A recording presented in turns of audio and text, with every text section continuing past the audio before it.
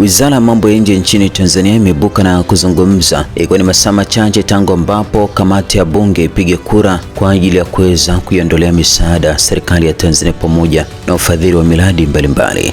Katika taarifa iliyotolewa na Wizara ya Mambo ya Nje nchini Tanzania wamesema kwamba kura ya kamati za bunge la Ulaya kuhusiana na mpango wa ushirikiano wa maendeleo kati ya Umoja wa Ulaya na Tanzania. Wizara ya Mambo ya Nje na Ushirikiano wa Afrika Mashariki imepokea taarifa kuhusu kura iliyopigwa hii leo na kamati ya mambo ya nje ya bunge la Ulaya kwa pamoja na kamati ya maendeleo kuhusiana na mapendekezo yanayohusiana na mpango wa ushirikiano wa maendeleo ya mwaka 2025 kati ya Jamhuri ya Muungano wa Tanzania na Umoja wa Ulaya. Katika kura hiyo, mapendekezo hayo yalipitishwa katika ngazi ya kamati kwa kura 81 za kuunga mkono, kura moja ya kupinga na kura 4 za kutokuwa na msimamo. Kufuatia hatua hiyo, wizara inapenda kutoa ufafanuzi ufuatao. Kwanza, kura ya leo ni sehemu ya taratibu za ndani ya bunge la Ulaya za kufanya maamuzi.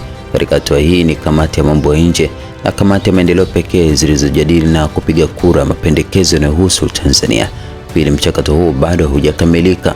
Kwa mujibu wa taratibu za bunge la Ulaya, mapendekezo yaliyopitishwa katika ngazi ya kamati yanapaswa kuwasilishwa kwenye kikao cha bunge zima la Ulaya linalojumuisha zaidi ya wabunge 700 kwa ajili ya mjadala wa uamuzi. Hivyo basi, kura hiyo ni hatua moja tu katika mchakato unaoendelea, haiwakilishi msimamo wa mwisho wa bunge la Ulaya kuhusu swala hili. Tatu, ni muhimu kufahamu kwamba uhusiano kati ya Umoja wa Ulaya na nchi washirika wake ikiwemo Tanzania unaendeshwa kupitia Tume ya Ulaya ambayo ndio chombo cha utendaji cha Umoja wa Ulaya.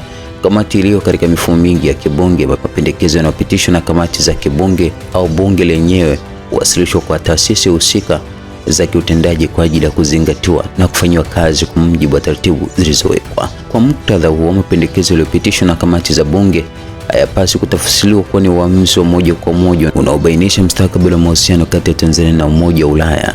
Swali hilo bado liko ndani ya taratibu za Umoja wa Ulaya na halijafikia hatua ya mwisho ya uamuzi. Wizara inapenda kufahamisha umma kwamba uhusiano kati ya Jamhuri ya Muungano wa Tanzania na Umoja wa Ulaya unaendelea kuwa imara na unazidi kustawi katika maeneo mbalimbali yenye maslahi ya pamoja. Tanzania na Umoja wa Ulaya zinafurahia ushirikiano wa muda mrefu uliojengwa juu ya mazungumzo, ushirikiano na kuheshimiana unaoungwa mkono na mifumo imara ya mashirikiano yaliyoanzishwa vyema. Serikali ya Jamhuri ya Muungano wa Tanzania inaendelea kuwa na dhamira ya kuimarisha zaidi ushirikiano wake wa muda mrefu na Umoja wa Ulaya kwa manufaa ya wananchi wa pande zote mbili kwa ajili ya kufanikisha malengo ya pamoja ya maendeleo.